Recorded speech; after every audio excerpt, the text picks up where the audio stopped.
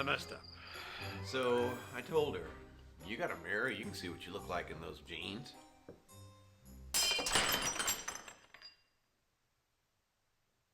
Oh. So anyway, I don't know what to do. You just talk to her. And tell her what? You tell her how you feel. I did. I told her, I feel like you look like your mother.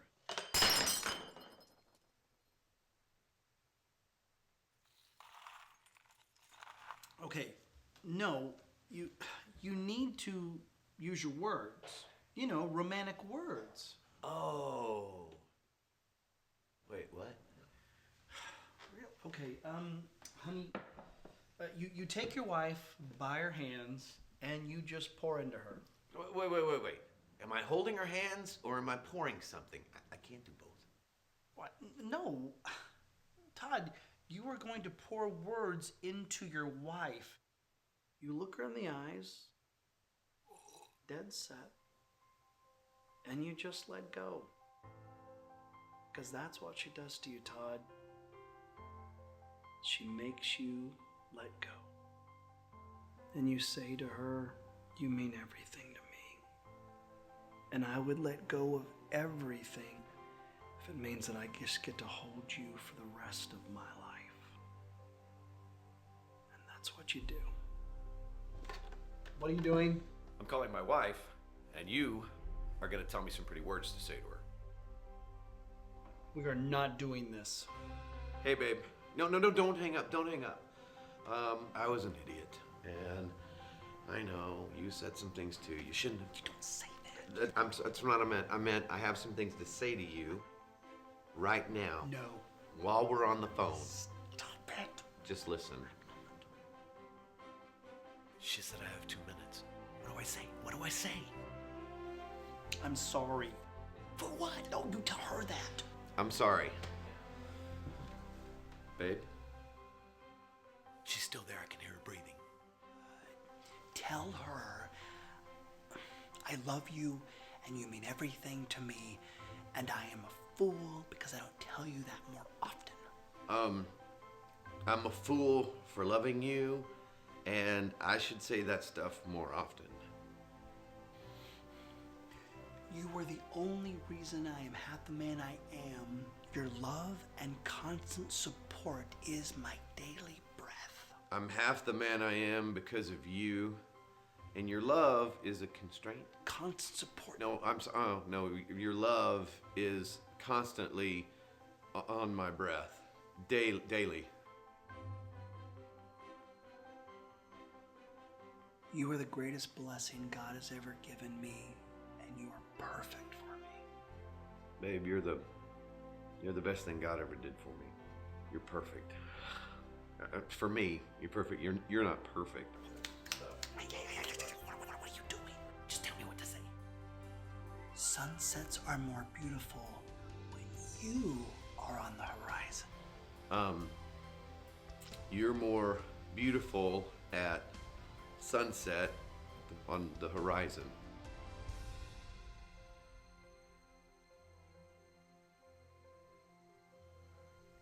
It totally worked. Babe, I'm gone in 60 seconds.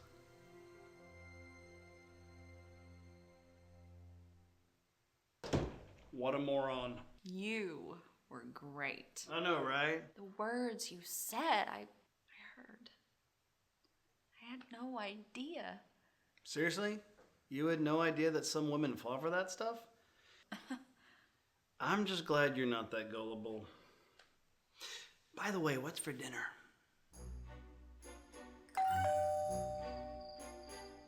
I've messed up.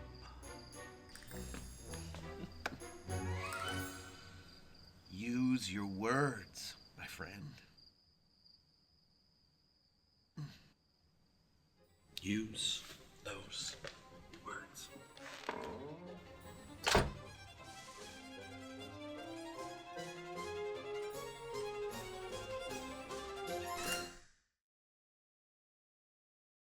Hello, online viewers. Welcome to Silver Creek Church. Really glad you're joining us for this message. We're in part 2 of the message Words. It's delivered by Andy Stanley at North Point Church in Alpharetta, Georgia. We're joining them for this series because words we use are really powerful. Words can hurt, words can heal. We were told as kids that sticks and stones may break our bones, but words will never hurt you. And I even said it to my own kids, but you know what? The truth is that words can hurt. And we need to be careful, as the ones who say the words, be very careful as to what we say. And so as we jump into this part 2, it's really about remembering who you are and who you represent as a follower of Jesus. So let's join them together.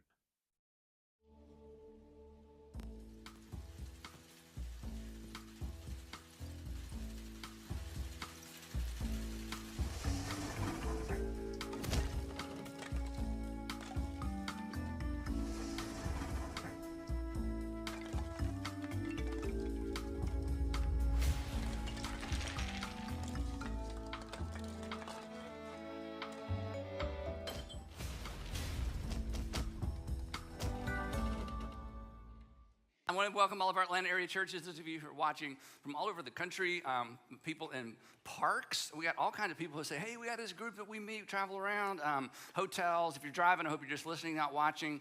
But all of our Atlanta area churches and, again, all over the country. It's so fun to expand this network of people who understand the difference between simply believing things and actually following Jesus. Because as we have discovered in our personal lives and as we're discovering in terms of making a difference in the world, it's what it's doing that makes the difference. And this is why Jesus called us to be doers, and his brother came around and said, don't just be hearers, be doers. So thank you for participating in this expanding network, not just of our churches, but churches all over the country and all over the world who are stepping out to get this right in this crazy culture that we live in. So thanks for joining us. Sorry.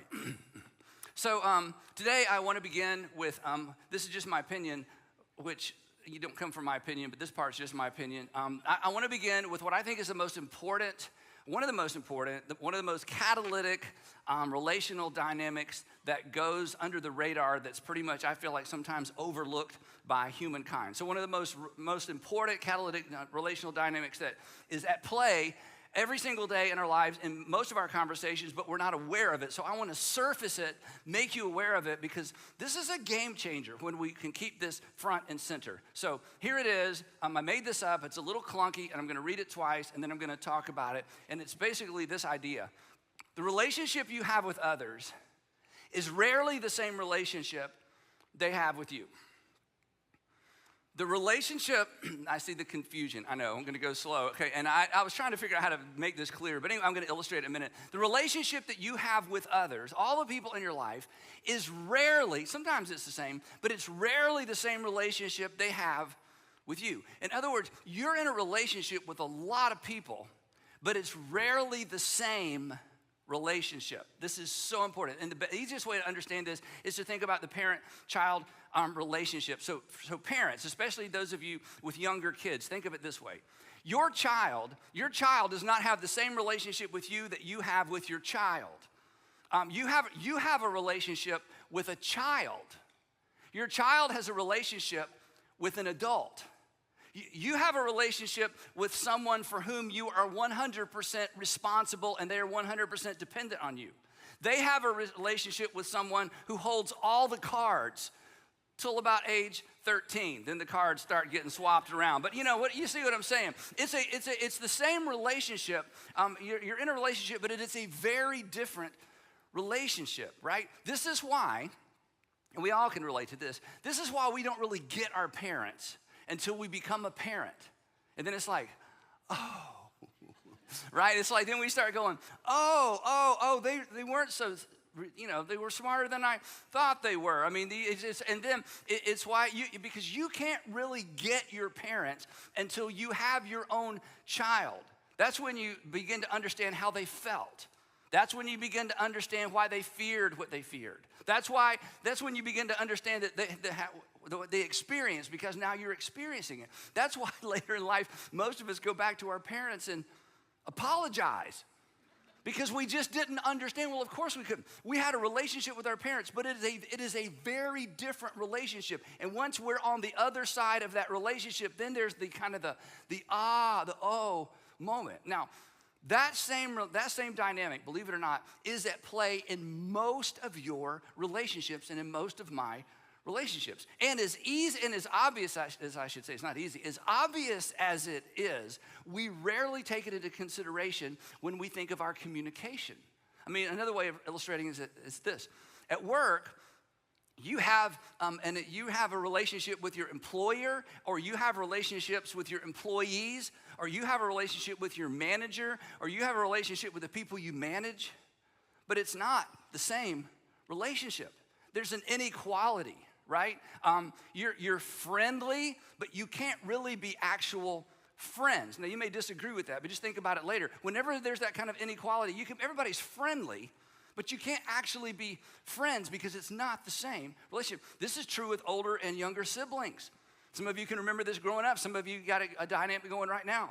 The younger and the older, it's a relationship, but not until you're adults does it become the same relationship. There's an inequality. Here's the thing. Here's the point. There's an inequality whenever one party depends upon or needs the other.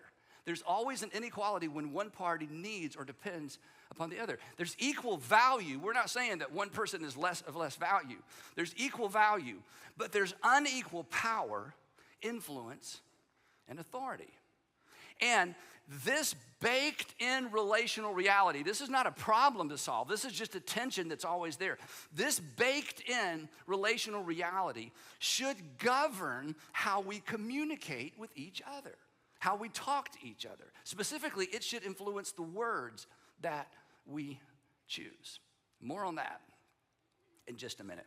Today, if you have been tracking along with this, or if you haven't, we are in part 2 of a series entitled The Weight of Your Words. The Weight of Your Words. And if you, and this is all of us, if you have ever been crushed by the weight of someone's words, I don't need to describe or explain what we're talking about because you get it. I get it. We have all been to some extent crushed by the weight of somebody's words, that we realize that words carry weight. They can leave a mark for good or bad. Words can build, words can destroy, words can undermine somebody's confidence, words can instill confidence, words can inspire, words can wound, right? I'm so proud of you. You embarrass me tonight. I wouldn't miss it for the world. You're not needed here anymore. Our lives, I don't need to tell you this, but I'll tell you anyway, our lives, right, have been shaped. Our lives have been shaped by the words spoken to us, over us, about us, and sometimes we feel like words have been spoken at us. It impacted our childhood. It's impacting your marriage right now. It impacts your work environments. It impacts whether you enjoy what you do and where you do what you do professionally. It inflates or deflates our confidence. To some extent, the words spoken to us, over us, and at us impact who we see in the mirror in the morning. And while I don't think anybody would argue with any of that, while we're actually quick to understand and begin to realize and digest, the impact of other people's words on us or how they've affected us, even though we're quick to do that, we're often slow to recognize, and even slower, and this is what we're going to talk about, and even slower to take responsibility for how our words impact other people, which should bother all of us. But it should bother a group of us more than just others, because there's a group of us who are more accountable for our words than everybody else in the world, we think anyway. And that's not because we're better, it's just because we're more accountable. It should really bother some of us, it should really bother those of us, I should say, who are Jesus followers. Because as Jesus followers, not just Christians, not just believers, I mean people who wake up in the morning and to the best of your ability, to the best of my ability, I want to follow Jesus. I want to follow Jesus in my decisions, in my thinking, with my money, with my time, with the way I treat people. Those of us who are really dialed in and trying to follow Jesus, our words, it should really bother us when our words aren't in sync with that, because we have been called to be, the Apostle Paul would say, we've been called to be one another people.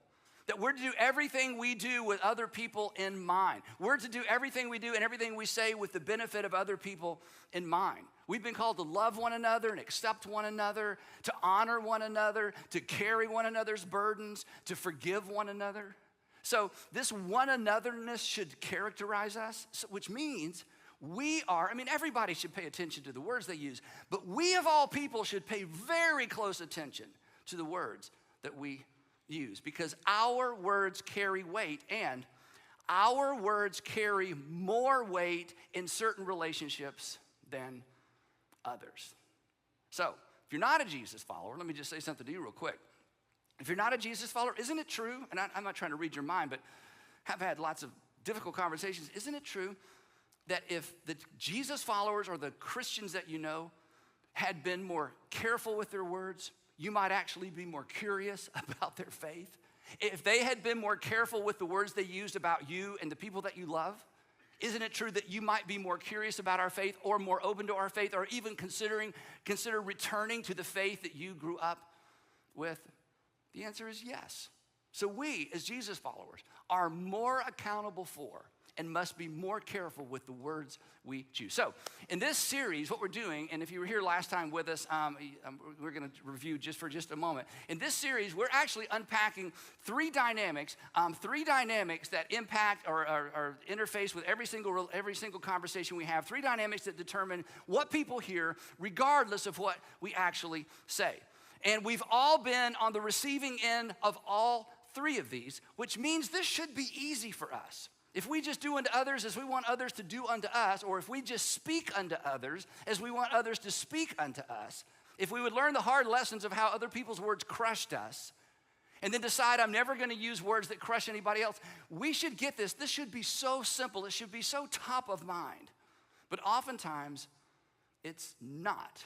We miss it. So last time we talked about the first of these three dynamics, and number one was that words are not equally weighted. Words are not equally weighted. Some words weigh more than other words. And we said, and we all knew this before we got here, that negative words weigh way more than positive words. So we have to pay attention to our proportion. We've heard of portion control. This is proportion control. That we need in our most important relationships, our most intimate relationships, to load up on the positives to prepare people for the negatives. Because we can only receive the negatives if the negatives are not the majority of the words that are spoken to us, at us, or over us. So we talked about this, that the positives really prepare us and prepare others for the negatives. So today I want to talk about the second of these three dynamics. And the second one is this.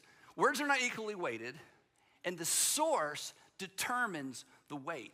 The source of a word determines the weight of a word. The who said behind the what was said. Quick illustration. So ladies, for moms specifically, imagine this. So you're going to have, listen to your mom and you have a teenage daughter. But it's, you're at work and you decide to go have lunch with one of your girlfriends, or you're going to have coffee with one of your girlfriends, and she gets there before you do, and you walk in, and when you walk up to the table, your girlfriend says, "Oh my goodness, you look great. That outfit, you just look so great." Those are 5-pound words. I mean, you appreciate it. But imagine that afternoon you're at home, and your 15-year-old daughter walks by, stops, turns, and says, "Mom, you look great. You look so young. We could be sisters." And I know what you're thinking. I don't have that much imagination. If this is the resurrection of Jesus, an event like that would come in somewhere, I don't know where. I mean, that would be a miracle if my teenage daughter stopped in. Why? Why? Because those are 50-pound words. They're the same words, 5 pounds in the coffee shop, 50 pounds at home, not because of what was said, but because of who said them, right? I'll tell you where this intersects my life constantly. My administrative assistant, Diane Grant, she has worked with me for over 25 years, which means she either needs a standing ovation or a long vacation. But anyway, pray for Diane. And because we've known each other for so long, and because we have a great relationship and a great working relationship, she knows she has permission to say what I need to hear. And every once in a while, when I have to go give somebody some bad news, she'll say to me, remember, your words weigh a lot. Remember, your words weigh a lot. And every once in a while, not often, but every once in a while, she'll say, "Andy, let me go tell him. Let me go tell her. Your words weigh too much. Now, why does she have to tell me to remember? I'm the one up here talking about this. I'm like the expert. I'm telling all of you guys to remember. No one should. I've got the sermon notes. I've got slides. Why would she have to tell me to remember that? Because I forget. Because at work, do you know who I see? I just see peers and friends, and we're all equal, and we all get along. But when I walk into somebody's office, or when I say meet me at my office, they don't see a peer and a friend. They see the boss, right? So to tease this out just a little bit, because I want you to take this into all your relationships. This is such a game changer when we can keep it front and center. It goes like this. The source of the word determines the weight of a word. Weight determines impact. The heavier something is, the more impact, and the impact determines the outcome. So the source of the word determines the weight of the word. The weight determines the impact. Impact determines the outcome. Now, for those of you who are into physics, ignore all this, okay? I realize I'm messing with you. I'm not trying to do physics. I'm just talking about the relational reality of words. Just another illustration. Oftentimes, and this is a little strange for some of you to hear me say maybe, I'm often asked by leaders when I do leadership stuff and do Q&A with leaders, business leaders, church leaders, I'm almost always, there's 2 or 3 questions that always come up. And one, especially from pastors, is how do you deal with criticism? And I always say the same thing. What criticism? Who would criticize a pastor? I mean, anyway, yeah, so, yeah. And I know, actually what I say is, look, well, there's different kind of criticism, right? And you take certain criticism more seriously than other criticism. The source determines the weight. So when it comes to social media criticism, I handle it all the same way. The ones that I think are really good, I do screenshots. I keep them on a folder on my phone. I'm not making this up. A folder on my phone called Andy Haters. And when the kids are around, I show them the Andy Hater, and we just all laugh. So I brought a couple, okay? These are old. The newer ones I can't even show you, okay? So these are older ones, okay? The kind of stuff I get. At Andy Stanley, you're a false teacher. The Lord has a nice warm place waiting for you on Judgment Day. You're laughing? Then I love this one because it was a guy, he's trying to be positive. Here's what he says. Sir, with all due respect, you're a false prophet from Satan's hell. And if you don't repent when you die and lift up your eyes in hellfire, you will be. Now, do these things hurt my feelings? No. But not because I'm so secure. I mean, if I walked into our board meeting, one of the board members said, Andy, before we start, I need to just say, and said something like this, okay, hang on. Okay, I'm taking that real serious because you guys can, fire me during this meeting. What have I done, right? But those other words don't carry much weight. Again, not because I'm so secure, but because of the source. Source determines the weight. Source determines weight. And source determines weight not just negatively, but source determines weight positively. If you ask Sandra, and Sandra and I, we were having dinner last night, I said, I'm going to tell this story tomorrow. I want to get your permission. I've already got it in the notes, so I hope you say yes, but I want to tell the story, and I want to make sure I get it right. And so if you were to ask Sandra, hey, Sandra, what for you would you say was the most affirming mother moment, or the moment where you felt most affirmed as a mom? She will tell you about a short exchange between her and her dad many years ago. Andrew, our oldest, he's 30, and he's in a high chair in the kitchen.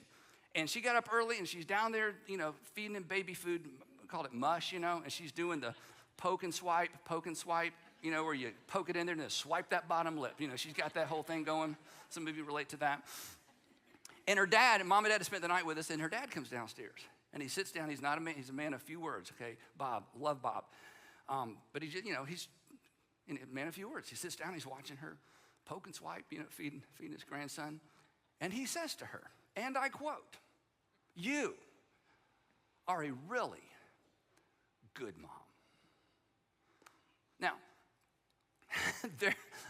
trust me, there were more epic, interesting, and affirming mother moments in Sandra's life than poke and swipe feeding a baby in a high chair, right? I mean, and come on, even bad mothers feed their babies, okay? So this isn't like, what? How do you do? No, this isn't that, right? But that's the point. It wasn't the what. It was the who. I mean, My wife's amazing. And those of you who are married, your wives are amazing too. But I mean, Sandra taught our kids to read. She taught them to write. She homeschooled them all for the first 10 years. She went bungee jumping. She learned to knit because Allie wanted to learn to knit. Then Allie decided she didn't want to knit after Sandra had learned to knit. No problem. Sandra feigned gratitude one Christmas. One of our boys gave her spinners. Remember spinners for our minivan? That was her Christmas present. And she's like, this is amazing. Look at that. I can't wait. Well, these even go in our car. I'm like, but anyway. She took them for 10 years to homeschool day at Six Flags. That's a thing, okay? The lines to the roller coasters are very short. Not because there are fewer people in the park. Homeschoolers are just not normally known for their bravery. But anyway, so she took for years, and sorry, all the homeschoolers. Anyway, I can say that because we homeschooled. Anyway, so in other words, she's had so many epic mother moments. But if you were to ask her, in fact, last night when I was making sure I got the details right, we both teared up because it wasn't what was said, it was who said it. What I'm trying to do for you today is I want to paint the picture of your potential in someone's life with your words. Source determines weight. Source determines weight. And this is unfair, I'll acknowledge it, and this isn't even politically correct to say, but it's true, whether we like it or not. And it's certainly not fair. Source determines weight. And often, a father's words, they weigh the most, positive or negatively. So, what do we do with this? This is just a relational reality. So what do we do with this? Here's the takeaway, and here's the application. Here's the thing, if we could just all get this right. And again, this isn't a Christian thing. This isn't a religious thing. This isn't, depends on your faith system. This is just a human thing. The application is simple. It's remember. It's what Diane says. Andy, remember. Remember who and what you represent to the person on the other side of you. Before you open your mouth, before you hit send, remember who you are and what you represent to the person on the other side of you. In any relationship where you have any advantage, in any relationship where you have don't miss this, where you have any unique role, you have an extraordinary opportunity relationally. Because your words carry, in that relationship, your words carry additional weight. And I want to challenge you and encourage you to leverage that opportunity. Leverage that opportunity to inspire. Leverage that opportunity to instill confidence. Leverage that opportunity to change maybe what somebody sees in the mirror every morning. Use that opportunity, leverage it to protect and to direct. Now, real quick, I want to say something to all the middle school students and all the high school students. And those of you who are parents and your middle schoolers are in transit and your high school students aren't here or they're serving, this is one of those, the next 4 minutes is worth about $20 to get your kids to sit. In fact, I don't even have to tell you that, okay? But I want to say something to all the middle school and high school students that are listening. This is so important, okay? You have no idea, and it's not because you're dumb. It's because you've never been a parent. You have no idea how your words have the potential to positively impact your parents. You have no idea. And you have no idea how your words could positively impact your younger brother or younger sister. Now, I understand about the younger brother, younger sister thing. To you, your younger brother or younger sister is a gnat. It's like, why are they even here? You just want to just get away from me, right? Look up here. That means you hold all the cards. You have more power with your words to influence the future of your younger brother or sister than anyone else on the planet, maybe right now more than your parents. That's a lot of power. That's a lot of influence. And we miss it because we forget. Just because I'm in a relationship with you, it's not necessarily the same relationship. And students, your power in the lives of your parents, you have no idea. Quick illustration.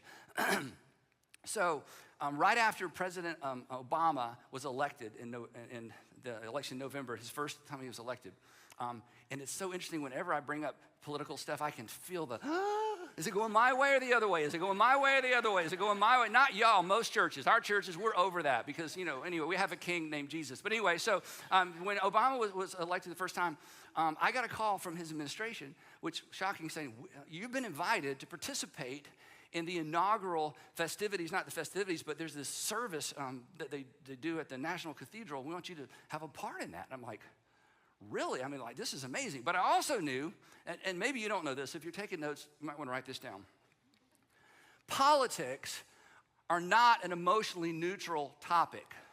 Let me say it again. Politics, not right, okay? So I knew if I did this, then, there's going to be some people that are like, oh, you shouldn't, you should, we're glad you did. Why didn't you do it for the Republicans? I mean, it just gets weird, okay? I think most of those people don't go to our churches anymore. But back then we were just kind of wading into how do we worship King Jesus as a group of people who disagree politically. And y'all are amazing. You've come such a long way. In fact, if this is one of your first times in one of our churches, you are around some extraordinary, extraordinary people. And some of them are just like you, and some of them don't normally like you, but they're going to learn to like you because we're all following Jesus. So anyway, I just want to throw that in.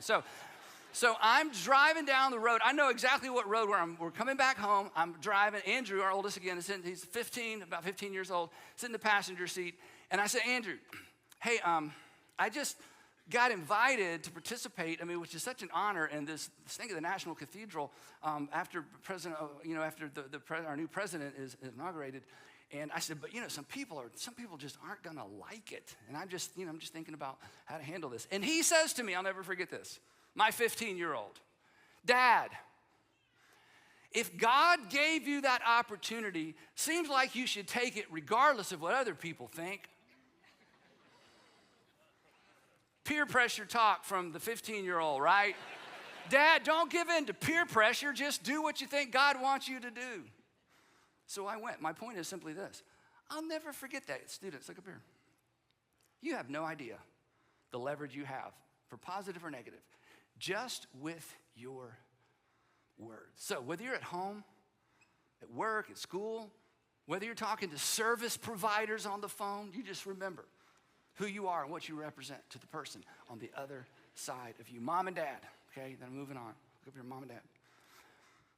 When you walk into your son or daughter's room to deliver some bad news, you see someone who knew better and someone who needs to do better. Who do they see? They see the person whose approval they want more than anybody else in the world. It is not the same relationship.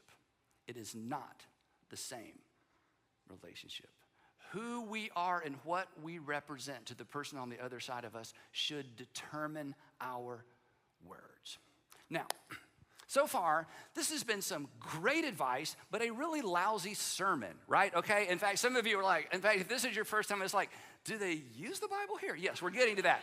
You should have been here for part one. It was like so much Bible, okay? So that's good advice. If you're not a Christian or you're a different faith tradition, not a religious person, hey, you can just take that and run with it. That will make your life better. It will make you better at life.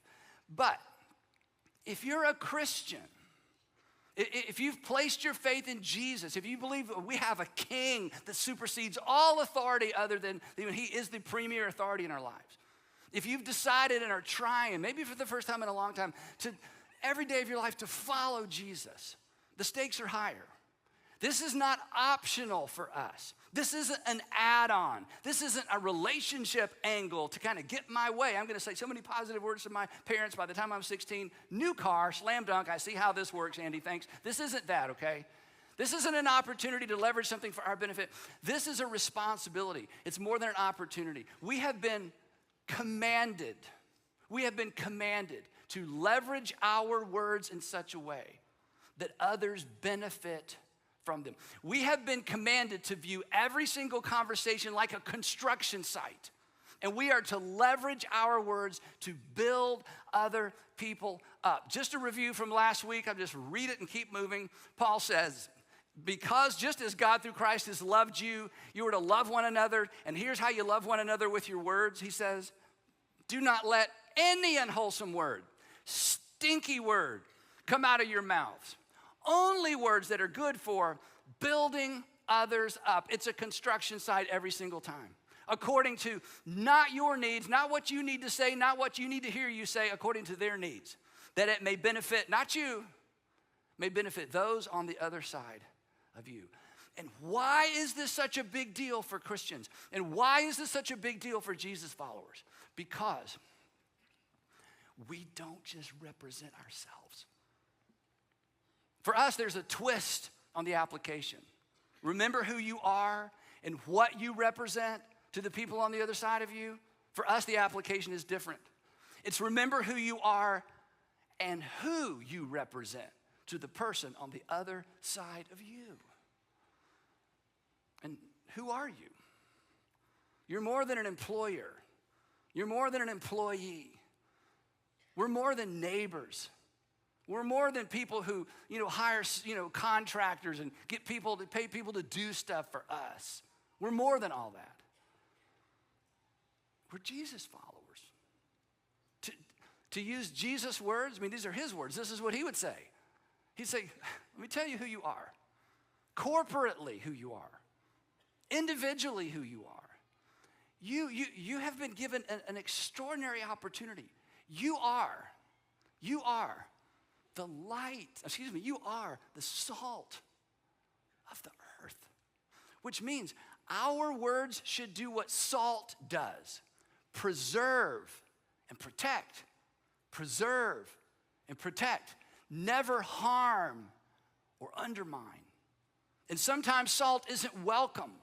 But we care more about the person on the other side of us than we do ourselves, so we're going to introduce some unwelcome words from time to time because we care about the people on the other side of us. He says it's not just that. You're the light. This is amazing. You're the light of the world. He would say, you're the light of the world because I'm the light of the world, and I'm going to come live inside of you.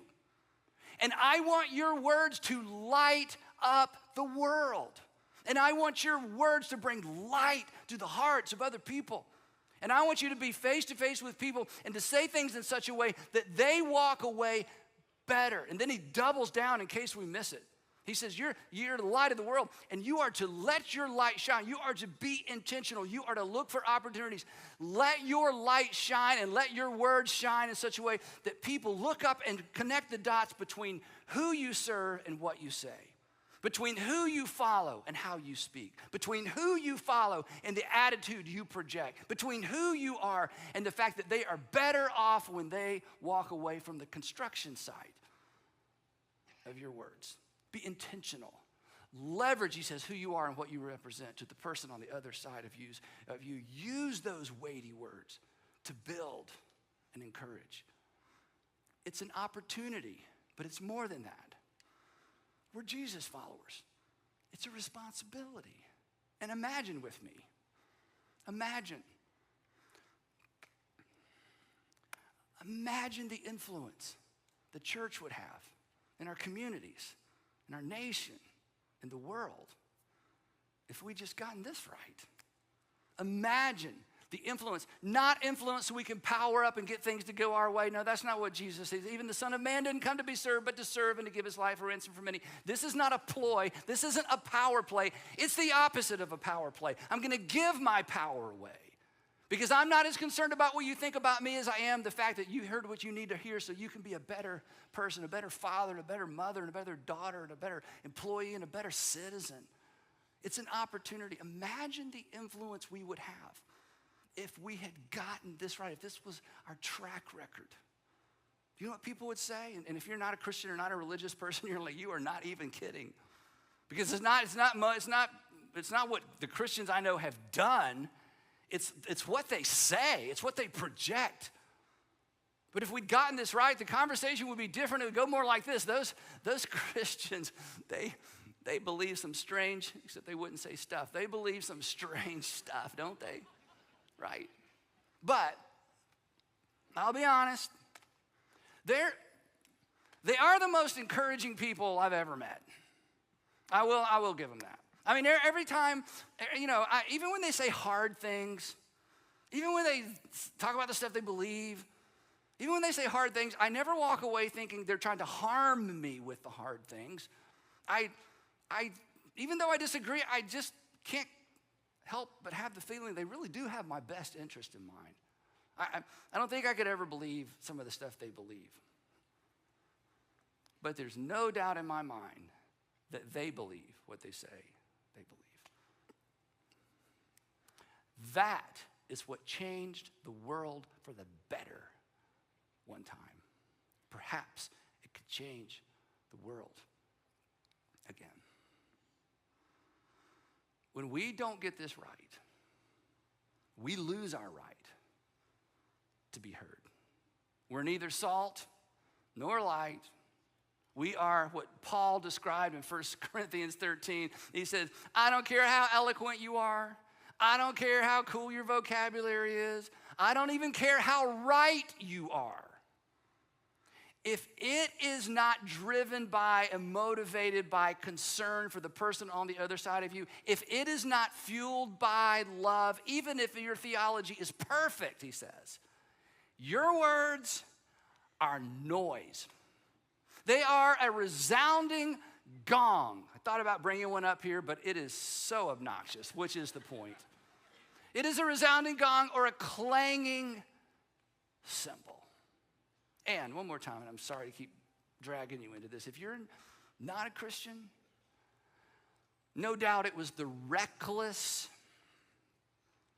unchristlike words of Christians who perhaps drove you away because of what they said to you and about you and what they said about the people you love. And if that's the case, I am sorry. And I hope that somehow you would look beyond us and look to Jesus, who we are struggling to follow. Jesus, you'll love this. This is why, you may hate the church, but you got to love Jesus because Jesus, he reserved his harshest words for religious people who were careless with their words toward the people that he loved. So for all of us, let's remember who you are, what you represent to the person on the other side of you. Take you into account because source determines weight, and the weight determines the impact, and the impact determines oftentimes the outcome. So leverage your words accordingly.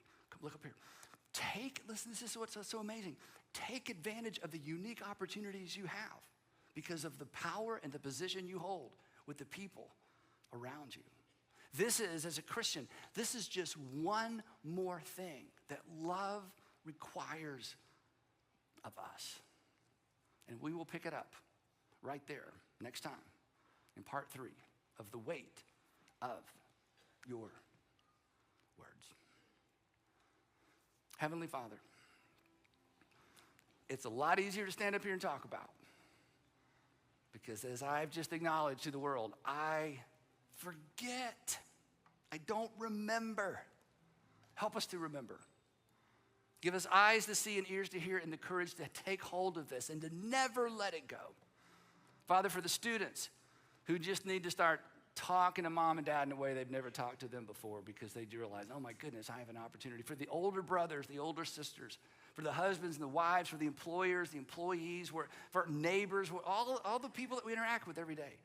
What an amazing opportunity we have, especially those of us who have a little title, a little position, a little authority. So again, just don't let us forget. And I pray that we would say yes to those internal promptings to say those things that they're uncomfortable for us. Weren't raised that way. Hard to say, but we know we need to say. I pray that through our words, we would be the salt of the earth and the light of the world. In Jesus' name, amen.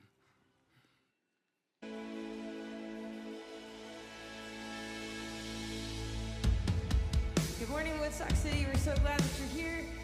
Jesus is worthy of all of our praise, so we lift him high together.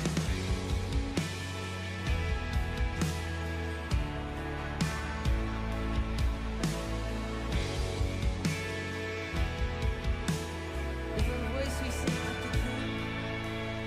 Let the King of my heart be the mountain where I run, the fountain I drink from. Oh, he is my song. Let the